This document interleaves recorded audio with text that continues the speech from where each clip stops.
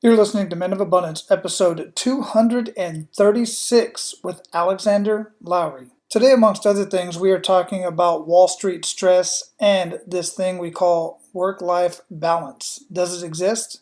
You're about to find out. Welcome to Men of Abundance, the podcast for those looking to level up their lives by hanging out with some of the greatest leaders and established professionals in our community, living a life of integrity, honor, and the abundance mentality. Prepare to pay it forward with your host, former Army medic turned lifestyle entrepreneur, Wally Carmichael.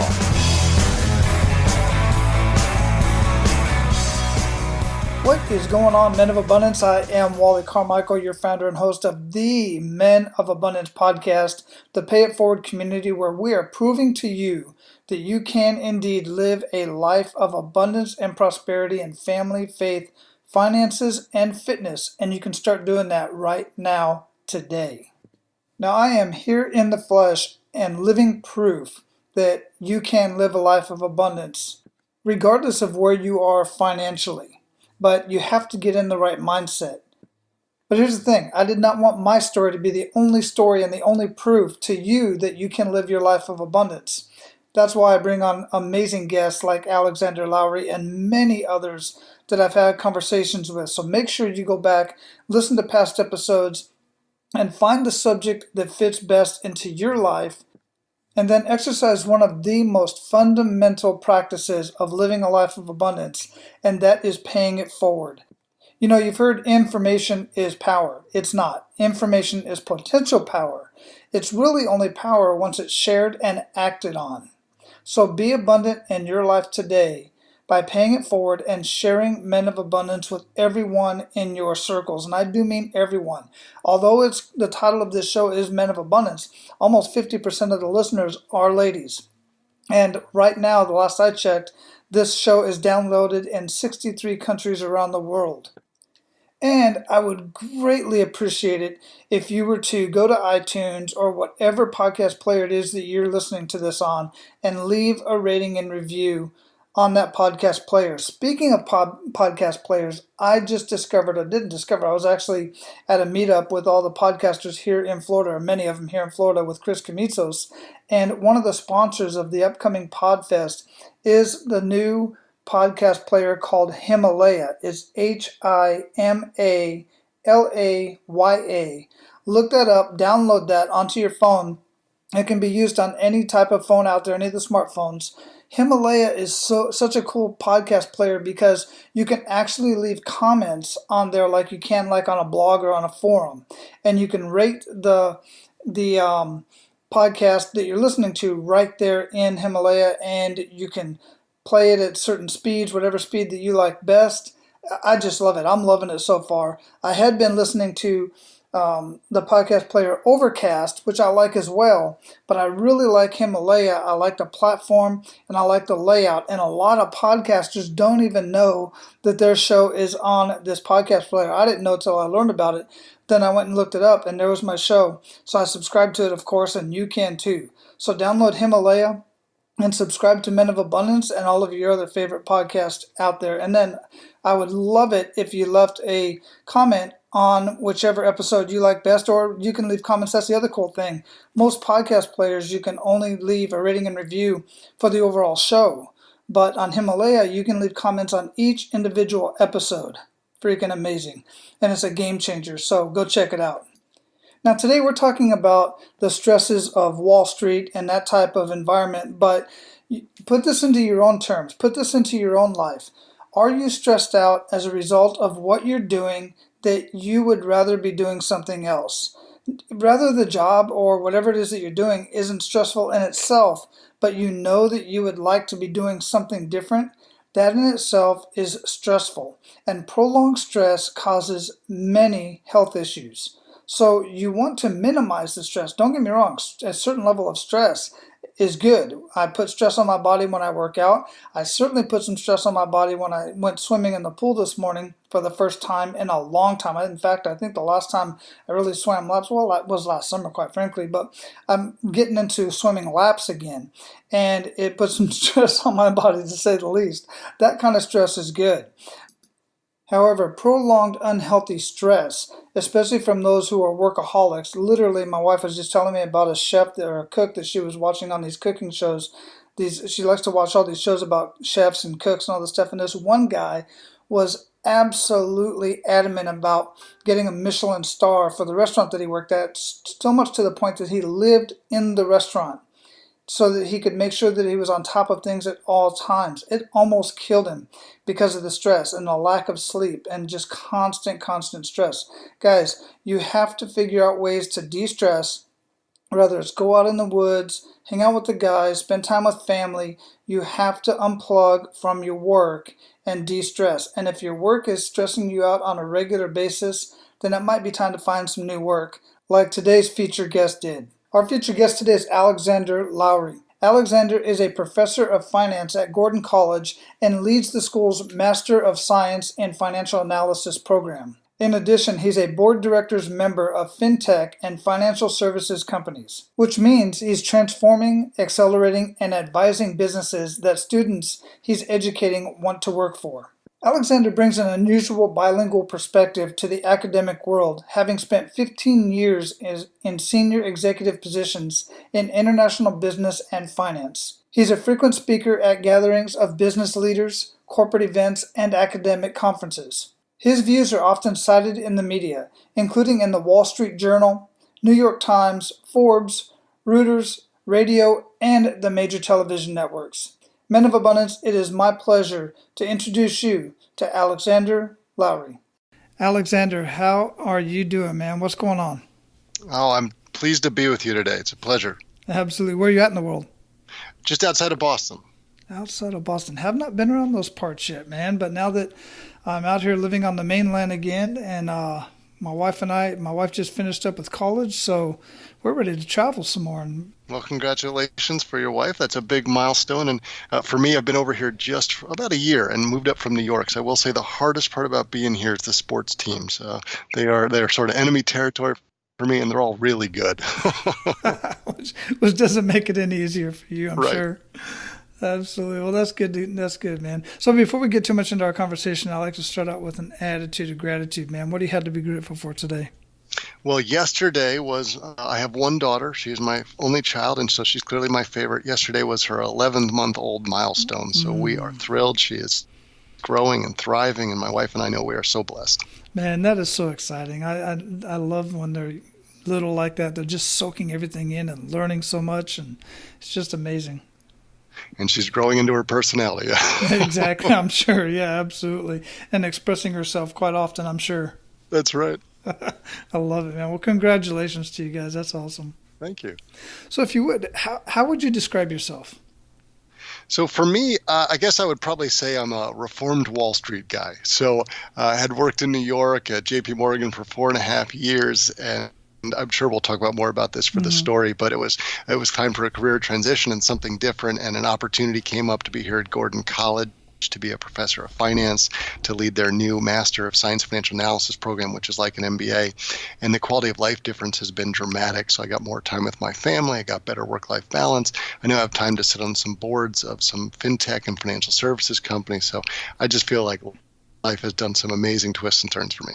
Yeah, isn't that awesome? I mean, that is, congrats to you too, because, so many opportunities come our way, and some just don't seem like they're at the right time in our lives. But obviously, some things have changed in your life, and sometimes that kick in the gut moment comes in that changes some of that. But talk a little bit about how that happened. Where did that come about? So you're this Wall Street dude, and you've got the look for sure, and I'm sure it's stressful as heck up there. I've never been in that environment, but I've talked to plenty who have and since left for various reasons.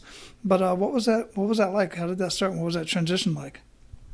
Well, so the kick in the gut moment for me was actually even before that. But Wall Street was a great place to work. It had been a place that I had aspired to ever since college, and I was thrilled about it. But there was a lot of ego caught up in it for me as well, right? It wasn't just a place to work. It was, I work at a great firm like JP Morgan, and I'm really smart.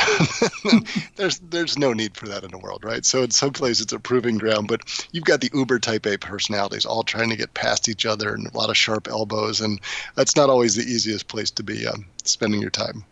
Yeah, I definitely see that, and it's exactly the same thing I've heard from other guys, men and women for that matter.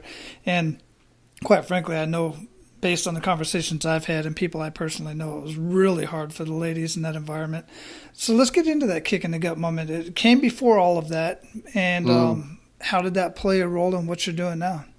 Sure. So the kick in the gut moment came for me about a year and a half after college. So this is when the internet space was going gangbusters and everybody was starting different companies. It was such an exciting spot. I was working for an internet startup consulting company. We had IPO'd while I'd been there. I thought I was on top of the world. This is phenomenal. We had a kitchen full of food. We had a bouldering wall. We had a mini golf, right? It was this great place. Just thinking this is the way business should be. And then the bubble burst. And I later realized it when you say it's what business should be like, they actually weren't making money. So it wasn't really a business, right? It was kind of like a charity. And so at that point, they just laid off all the young workforce. Like, well, we can't actually pay the bills. So that was the kick in the gut moment for me, realizing that I'd put so much of myself into my job and had identified myself in many ways through my job. And that's not how I want it to be. And I've taken stock of that since, and I placed my values in a very different place. But that was a good chance for me to step back and reassess why and how I do certain things. Well, yeah, that's very important that you bring that up because, every experience that we have makes us who we are, and hopefully it makes us a better person as we grow through it. And it appears that that's what happened with you, right? Absolutely. And it was, in some ways, many people have experience like that, whether you get fired or laid off at some point in their career. I'm glad it happened early because it allowed me to reorient myself and get a good perspective on life. And being in New York, right, you get really caught up in the rat race anyway. So this is a good chance to say, well, it was a little painful when it immediately happened. It was great for me in the long run. Yeah, exactly. So what was that transition like? What was the enough is enough moment, and what did you do after that? So after that, I ended up joining a large consulting company that was based out of London. It was a bit Machiavellian. I wanted to get a transfer to headquarters. You can do that with basically any company. So JP Morgan's New York, for example, if you join in London or Hong Kong, you can probably get an offer to come to New York. I joined a British consulting company, was moved over to London, lived there for 7 years. Basically had a great time, about a dozen years working management consulting, but still wanted to get that Wall Street itch scratched. As I talked about before, that was my goal, was an ambition for me. So I used my Wharton MBA as the opportunity to move across. And then I was working at JP Morgan after business school, worked there 4.5 years. And generally having a great time. It was a tough place, though, a lot of hours. So I was engaged at this point, and my now wife, then fiance, said to me, I don't think you working 100 hours a week at a bank is going to do a lot for our relationship. So I have a truth teller in my wife, and she's an amazing partner and gives me great insight. I had just been so lost in the weeds, I hadn't taken that larger perspective. So it was very easy for us to step back and say, okay, what should our life look and feel like? And New York is a crazy, expensive place. Should we be somewhere else where we can settle down and buy a house and maybe get a dog and start a family and all these wonderful things a lot of people dream about? And it really was enough is enough. This is not going to make us happy. Yeah, it's all about that perspective, man. I mean, I kind of chuckle a little bit, and I get that warm feeling inside when you mention, your wife being, the truth, and that's the same with me.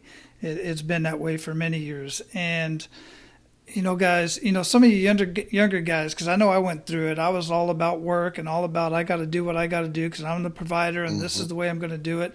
And my wife was always like, Wally, what the hell are you chasing? Why are you trying to make more money? And, all this other kind of stuff. And it's just, I don't know, it's a man thing, I guess. I can easily say that because I know it is for me and many other men that I have this conversation with.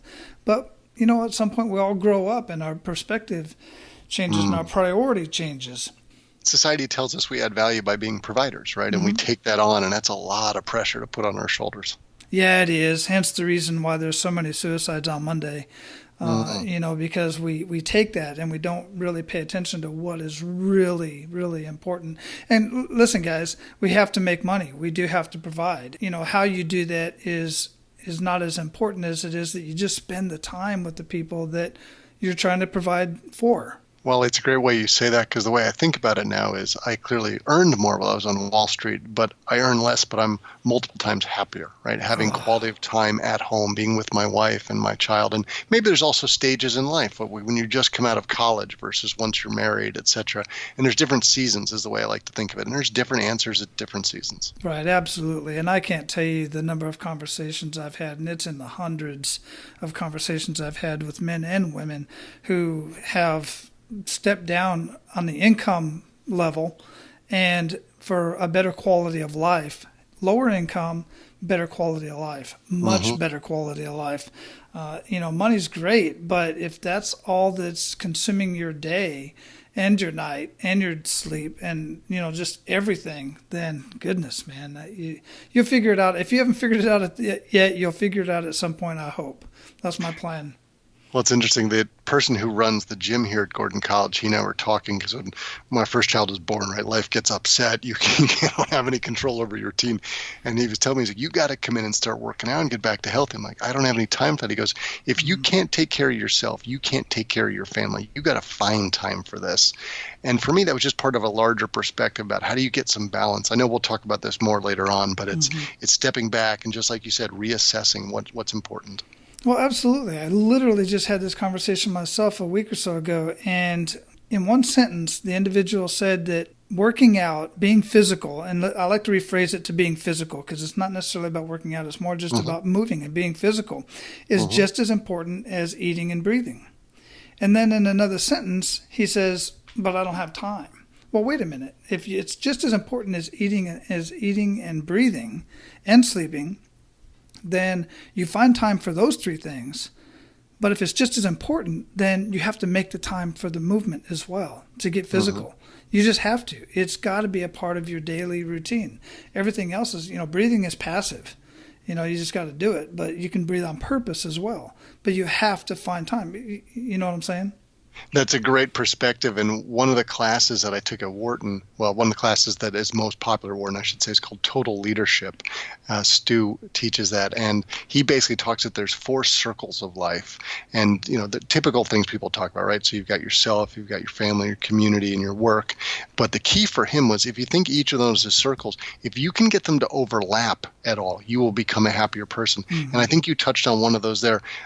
Working out is the way I say it, but I think you're just saying getting exercise. You can do that in different ways. So, for example, my wife and I will try to go for walks where we've got the baby in a stroller. Now, we're getting some steps in. It may not be the most rigorous exercise, but we're getting some exercise, but we're getting a chance to talk. So there I'm bringing a little bit of my health together with my family. These are combining things wherever you can get circles to overlap more. Now, it's almost impossible to get all 4 to line up. But the more you can do that is a great use of your time. Yeah, very good point. I absolutely love it. So, it says in your bio that was sent over to me that you have an unusual bilingual perspective on the academic world. What's that all about? So for me, I guess the way I think about it is translating, having been in the corporate world and being able to bring that over into the education nonprofit space where I am now. So, for example, later this week, I'm taking the business club students down to New York for the annual pilgrimage to go meet with some Wall Street firms.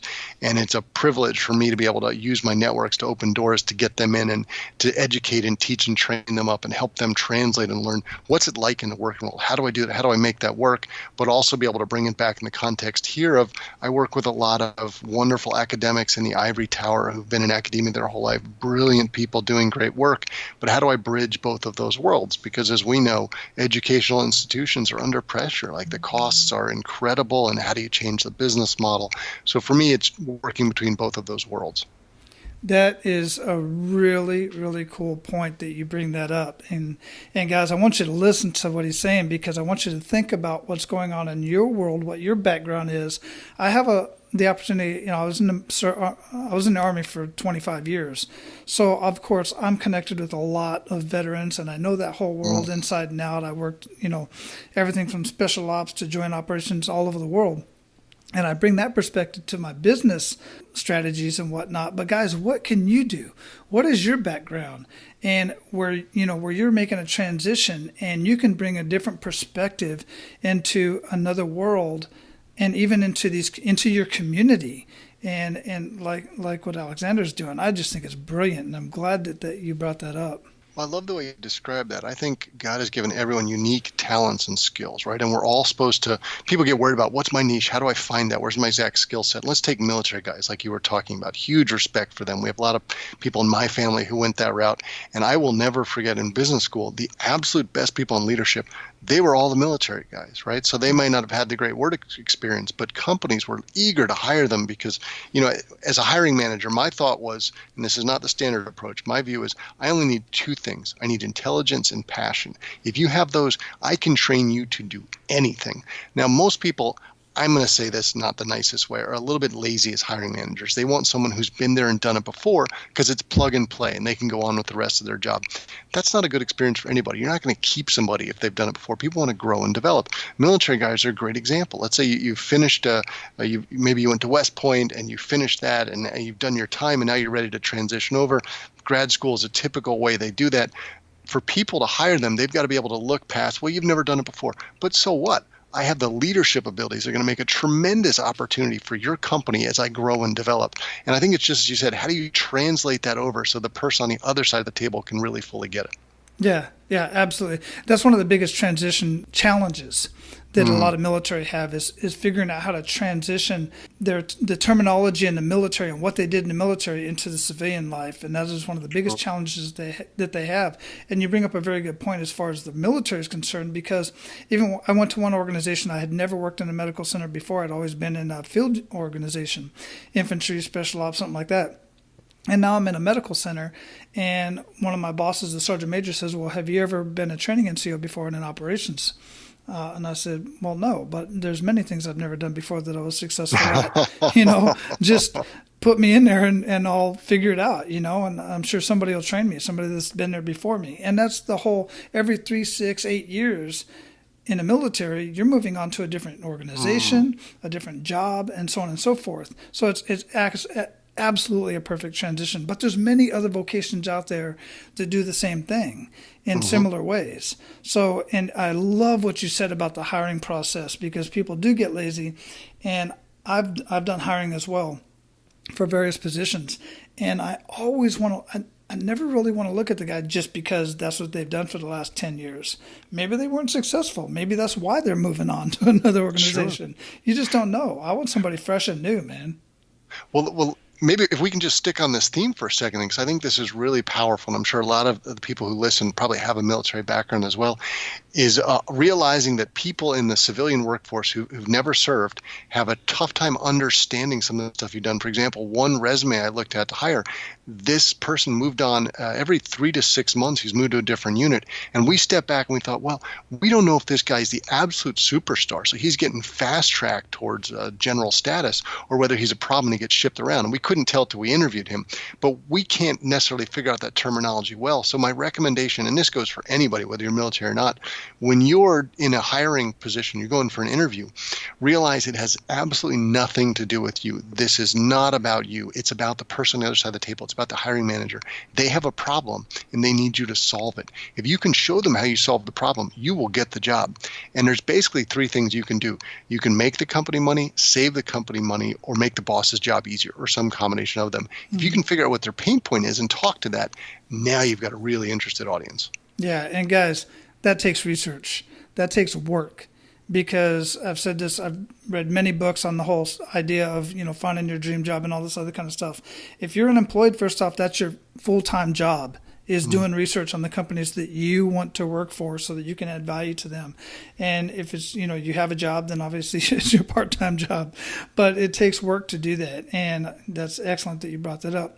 I'd like to bring up some good news stories of stuff that, you mentioned what you're doing and where you're at now and everything that you have going on. What are some good news stories that are coming out of the work that you've been doing? Sure. So I feel blessed just to share this. So one of the things that was really exciting for me was not just becoming a professor of finance, but getting to launch a brand new grad school program. So everybody's familiar with the typical MBA, 2 years, wonderful opportunities, especially if you have no idea what you want to do. in that case, it's absolutely perfect because you get to see a little bit of everything. You do a summer internship, you realize, yeah, that's great. I want to do marketing or finance, whatever it is, and you specialize in your second year. And I wanted to change that model and turn it on its head. So my philosophy, having done the MBA, it's great for some people. If you know what you want to specialize in, basically that second year, you could do just that same second year with the same technical skill set, but I wanted to offer it at a very different price point. So the average MBA tuition is something like $140,000. And if you go to a top school like Wharton or Harvard, you're talking like $200,000. That's a lot of money, and it's a lot of time. So we wanted to take that 1 year, but do it in a better, faster, more affordable way. So we did it we're pricing it $30,000 because we feel convicted that people have so much undergrad debt. We don't want to put grad school on top.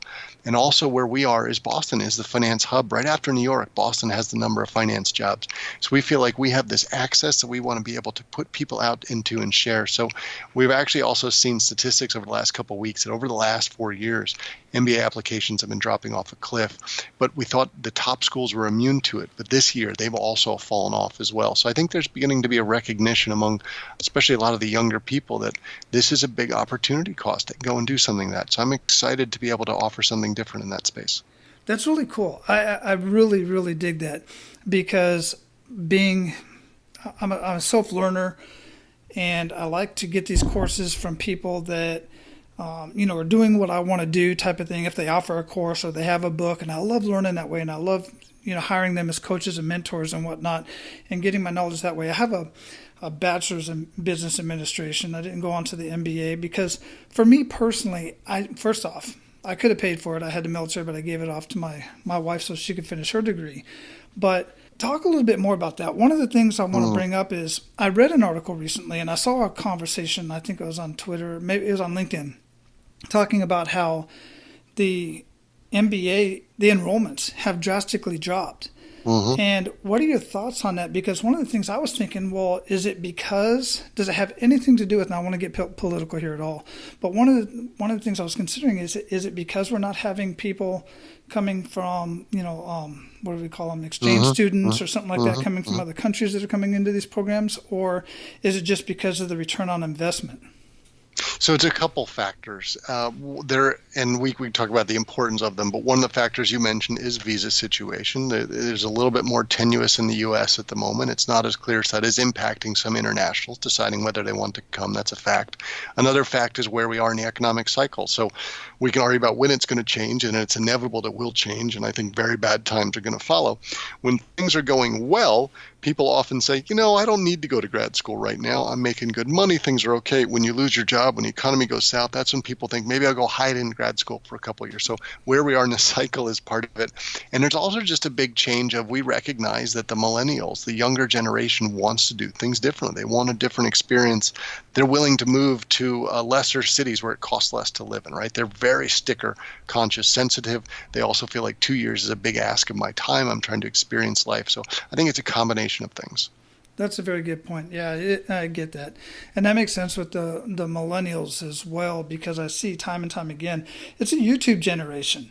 And there's so many online learning courses and online learning platforms that you can just go and learn exactly what you want to learn and then apply that. And many of them, that doesn't really help a whole lot when it comes to wanting to get a job, because let's face it, employers want that piece of paper. They want that diploma. But if they're the type of person that wants to go out and start their own business or be part of a startup or something of that nature, then the piece of paper doesn't make a whole lot of difference. The knowledge does, don't get me wrong, but the paper doesn't make as much of a difference, and they can get it a cheaper way through other courses. So explain a little bit more about what this course is that you're setting up. And Sure. So I think you made a really good distinction there. So I'll go back to my JP Morgan days, for example. In the hiring process, if you wanted to be a senior person, even a mid-level person, the only discrimination that's allowed is whether you have a college degree, right? It doesn't matter where it's from. Can you check that box? And the next box below it was, do you have an advanced degree? And it was basically, it would say strongly preferred, and you might as well triple underline that. It's almost impossible to get an interview without that. Now, you can check that box in different ways. It could be a Master of Social Work or Public Health or an MBA or anything. They're all advanced degrees. And don't go to grad school to check a box. But can you find a better way to do the grad school that still gets you the same technical skill set you need, that's faster, that's more affordable, that gives you the network that you need and the opportunities? So the rote process has always been for everybody, just go to grad school. And I remember talking to one of my friends. I said, how did you pick? He went to UVA Darden for his MBA, very good school. I said, how'd you pick that? He goes, what do you mean? It was just the top rated grad school that I got into. And I thought, that's not the way I'm picking grad school. But I get what you're saying, right? So I think the world is changing a bit. So the perspective for us is, look, if you know you want to go into financial services and we can teach you the same finance, accounting, mathematics, economics as an MBA program, but do it in a very different way, still build in the internship, but just get you out in the world faster. Because at the end of the day, people want to go out. They want to start their life. They want to add value. They, especially think about millennials, they want to be doing something that's meaningful. There's no point of sticking you in a classroom for a long time teaching you a lot of theory. Yeah, absolutely. That's awesome, man. And that's great that you're bringing that up and doing that, because there's a huge need out there for it. And my boys specifically, I'm kidding. They're kinetic learners. They're the type of guys that have to learn hands-on just like me. And I just dig it, man. So, man, we're at the point where we're going to pay it forward. You ready to do that? Yeah. Hey guys, our veteran business owner of the week is Adam Cummings. Now, Adam has become a friend of mine ever since I was invited onto his show, Vetting America. Adam is a freelance copywriter, veteran advocate, podcast host, and inbound marketing strategist. Adam and I met through one of the many veterans Facebook groups that I'm a member of, and since he invited me onto his show as a featured guest, Vetting America, go check it out, guys. It's a really, really good show. Anyway, since I've been on Adam's show, he and I have developed a really close bond, both as veterans and in our passion in business. Adam is my choice as a veteran business owner of the week for quite a few reasons, actually. He is a perpetual learner. I always enjoy working with men who are skilled and yet know that they haven't got it all figured out. In life, and as it is in the military and business, our terrain is always changing. We must constantly adapt and overcome. That is exactly how I see Adam managing his life, his skills, and his business as a content and copywriter. He can adapt to various industries and business models. His passion and his purpose will ensure that you get the best product for your investment. And listen, as a Marine, you know he's going to pay very, very close attention to detail. And I'm here to tell you guys, he is a stickler for detail. So if you want to hire Adam as your content writer, then just go to this episode, check in the show notes down at the bottom at menofabundance.com, look for this episode, and you'll find the link at the bottom of the show notes, and you'll also find the link to his show, Vetting America. You definitely want to go check that out. Now let's get back to the conversation. So share 1 to 3 actionable steps that men of abundance can take today. So the way that I think about life is I break things down into 5 buckets. So I've got my faith, my finance, my fitness, my friends, and my family. And it's not necessarily in priority order. But for me, if that's my life, I can generalize it into those 5 areas. And, finances include my job. I know that if I try to do all of those, I'm going to be mediocre in all of those. So I have to intentionally, and we talked about seasons before, for the season that I'm in now, however long that is for you, I can choose 3 of those, and I will do those 3 really well. That means I intentionally have to let some of the other ones go and accept in this season that I'm not going to do them well. Friends, for example, is one of those for me where I've had to let them go for now. Now, granted, it's been a bit easier. I've just relocated to a new place. I'm away from all my friends, but I've got a young kid, and I've got to prioritize that. So I have been adjusting where and how I spend my time because I want to knock out of the park what I really want to do, what I really think is important right now.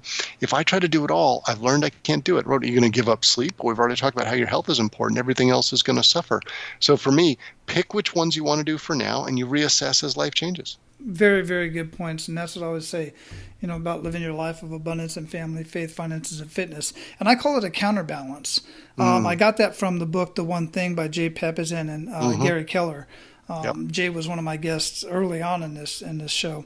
But it's a counterbalance. Anytime you want to excel in one part of your life, the other parts are going to drop off a little bit. They're going to get neglected a little bit. But the relationships and your health are the two of 3 or 4 that you can't neglect for very long. You got to kind of let it go a little bit, but it's a very good point that you do that. So what daily habits make the biggest impact in your life?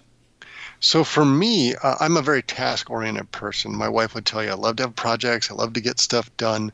So I have a 2 by 2 matrix. It's on the wall in my office, but it also just exists in my head. And the axes are urgency and importance, right? So if you think the grid breaking down, the stuff that I've got to do today is both urgent and important. And then the stuff that maybe someone else was really, let's say the president of the college, really important to them. Well, that's highly urgent. It might not be as important to me, but I probably have to try and do that today or tomorrow. And then there's the stuff in the top left corner. It's really important to me, but it's not urgent. I've got to make sure that doesn't slide all the way off the radar. I've got to continue to move those things to the top right corner. And there's the stuff in the bottom. These are not urgent, not important. I want to delegate it. I want to delete it. I want to defer it, because these are kind of noise distracting me. And it really helps me step back and, forget about my inbox, right? Because that inbox doesn't get anything done for my email. But this is my projects. How am I going to move things along? And you've got projects from your home life, from your work life, etc. But where do they stand? What do I need to do today? Sometimes it's the blocking and tackling. And then once a week, I'll step back and look at the bigger picture, right? So what do I need to accomplish in the next week, the next month? Where are they in this grid? Yeah, very good technique. I love that. What are you reading or listening to, or what would you recommend that our abundant leaders read or listen to, and why? Well, my new favorite is Adam Grant. He's got a podcast called Work Life. I just love him. He's got several books. He's fantastic. He's the #1 rated professor at Wharton every year. He is prolific for what he gets done. And I love the way he goes in. Basically, this is what he says. He tries to make work suck less. And he just has fantastic ideas, and it's clever in the way he interviews and brings stuff up. So I enjoy him immensely, and I also think he has tremendous insights. Wow, that sounds interesting. I'd like to check that out myself, and I'll definitely have that linked up in the show notes for sure. That sounds really cool. What do you feel holds most people back from living a life of true abundance? I know from myself in the past, and sometimes still occasionally now, I can get lost in that analysis paralysis, right? So for me, my philosophy now is I don't want to let perfection to be the enemy of good. Most things we do, good is good enough. So the 80-20 rule, the Pareto principle, you can spend 20% of your time getting to 80% of the result. You can get it pretty quick, but getting that last 20% will take 80% of your time. Basically, to get to perfection is sometimes polishing the turd, is the way we'll call it, right? You normally don't need perfection. There are things you do and do those really well, but for others, you can really get the ball far downfield and make a lot of progress, and that's probably enough and move on to the next thing. So I think for a lot of us, we just talked about before, how do you balance stuff? Well, it's also knowing where you have to spend the time to make it perfect versus good enough. Yeah, absolutely. I see it time and time again, guys that I work with, and or even in their personal life and their business life. It's like, what are you waiting for, man? Well, it's not where I want it to be. It's never going to be there, dude. It's never going to be there. Just move on, man. It's great. I'm seeing it. Just this morning, I'm in this mastermind group, and I'm watching the comments. I'm like, God, just pull the trigger, man. All right, that's awesome. So waiting for timing to be absolutely perfect to go forward. I know, and they just can't make a decision, So what does living a life of abundance mean to you? So we've touched about this in a couple different ways, but let me summarize it a little bit differently now. So for me, it's a balanced life, but I don't think that exists this phrase work-life balance. I don't think that makes any sense. To me, it's a loser's game. It implies there's a scale. One is winning and the other is losing. And I think that's the wrong way to go about it. I think about work-life integration, right? So how can I bring things together in a way that's successful? We talked about those circles overlapping before. So I've got a job now. I can work a lot of hours, but I can do some at home. I can be there in the morning. I can be there at night. I can work offline, get some other stuff done. I can figure out how to get what I need to do around my other priorities of my family. So it's knowing what your priorities are and sticking to them. I just feel like that's a better philosophy. Yeah, 100%. It's just, we were talking about it just a few minutes ago as well, that counterbalance and stuff. And it really does make a big difference in your life once you realize that it doesn't have to be completely separate. Now, I've seen guys that they bring work, you hear the whole term about bringing work home and stuff like that. Yeah, I get that. You got to be in the moment when you're in the moment. But at the same time, I don't know, it's just everybody wants to have this perfect balance in their life, and it just does not really exist. Now, I'll say for my personal life, in a situation I'm in now, I get to work from home. I'm sitting here talking to you. I got my stand-up desk here, and I'm actually doing leg lifts while I'm overlapping a couple circles. I'm building a relationship with somebody who I was introduced to from somebody else, from Sean, from Coming to the Table podcast. And so I'm overlapping like 3 circles right now, man. I'm digging it. And That's perfect. Yeah, it's actually pretty awesome. When you get to 4, let me know. I've never been able to do 4. Yeah, well, let's see. Maybe some spiritual stuff going on here because I'm looking outside to beautiful scenery and stuff. So we're working it, man. We're trying to make it work. But it's never going to be a complete, total balance for everybody. And like you said, I love when you said this, you got your seasons in your life. There's going to be times where it feels more in balance, but other times it's going to be way out of balance, man. But as long as you're moving forward and you're working on something and adding value to people and to your own life, family, faith, finances, and fitness, then, man, I just think you're growing and you're just doing the right things. Absolutely. Cool. So we're going to close this up. But before we do, what did we not talk about that you want to ensure that our abundant leaders get out of our conversation today, Alexander? I think if we just circle the square, I'd love to summarize it back up that I think we males, we talked about this before, the perfect work-life balance, having it all under control, doing it all. That is so much pressure that we put on ourselves. And I don't think it's real. I don't think our wives expect that much from us or our girlfriends. And they probably know that we're flawed people. But I always tried to do it all. And it leads you down a dark place. So I think we need to cut ourselves some slack. I think we need to recognize some seasons will be more successful in some ways than others, and that's fine. But life is growing, life's changing around us. Take my 11-month-old daughter. I'm sure on a regular basis I'm doing something wrong because I'm a new parent. But you know what? She's 80-20 rule, really healthy, really happy, generally pretty good. So, just allow life to flow a bit and roll with it. Man, just have fun. Just have fun. Really. And again, congratulations. I just smile every time I hear that age, man. It's just such a beautiful age for me. It's my favorite, like that right at where they're sleeping through the night and then, into, I know it's too soon. No, we're lucky like that, right? I'm sure it'll good. change. I was told that as soon as you get it figured out, the kid will change that. Absolutely, man. But that's part of the whole fun of it. Again, congratulations on that, brother.